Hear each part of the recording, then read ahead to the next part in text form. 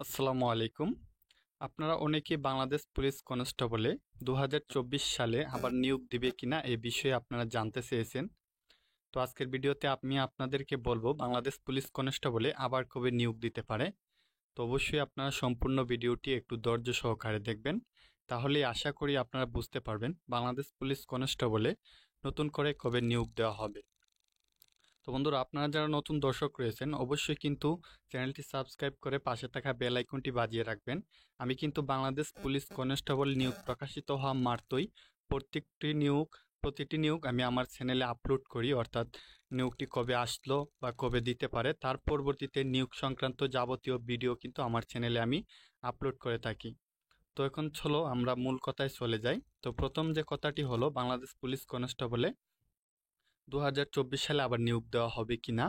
তো আপনারা দেখুন, বাংলাদেশ পুলিশ কনস্টেবলে কবে নিয়োগ দেওয়া হবে এটা কিন্তু সঠিকভাবে কারো বলার ক্ষমতা নেই বাংলাদেশ পুলিশ কনস্টেবলে কবে নিয়োগ দেওয়া হবে। তবে হ্যাঁ, আমরা অনুমান করে বলতে পারি বাংলাদেশ পুলিশ কনস্টেবলে আবার 2024 সালে নিয়োগ দেওয়ার প্রায় 80% সম্ভাবনা রয়েছে। তো আপনারা নিশ্চয়ই জানেন, যাদের গত নিয়োগে চাকরি হয়েছিল তারা কিন্তু বর্তমানে বাংলাদেশ পুলিশের যে ট্রেনিং 6 মাস মেয়াদী ট্রেনিংয়ে রয়েছে, তাদের ট্রেনিং কিন্তু প্রায় 1 মাসের উপর অতিবাহিত হয়ে গেছে। তো আমরা প্রায় লক্ষ্য করে দেখেছি, যদি কোনো একটা বেস্ট ট্রেনিং সেন্টারে তাদের ট্রেনিংয়ের বয়স 3 থেকে 4 মাস হয়ে যায়, তখনই কিন্তু আরেকটি নিয়োগ বিজ্ঞপ্তি প্রকাশিত হয়ে যায়। তো যেহেতু তারা বর্তমানের ট্রেনিং তাদের 1 মাসের উপর হয়ে গেছে, তো আশা করি তাদের ট্রেনিং যখন আর 2 থেকে 3 মাস হয়ে যাবে তখন কিন্তু আরেকটি নিয়োগ বিজ্ঞপ্তি প্রকাশিত হয়ে যাবে। তো আপনারা অপেক্ষা করুন, আপনাদের নিয়োগ বিজ্ঞপ্তি কিন্তু আবারও 2 থেকে 3 মাস পর একটি নিয়োগ বিজ্ঞপ্তি প্রকাশিত হতে পারে।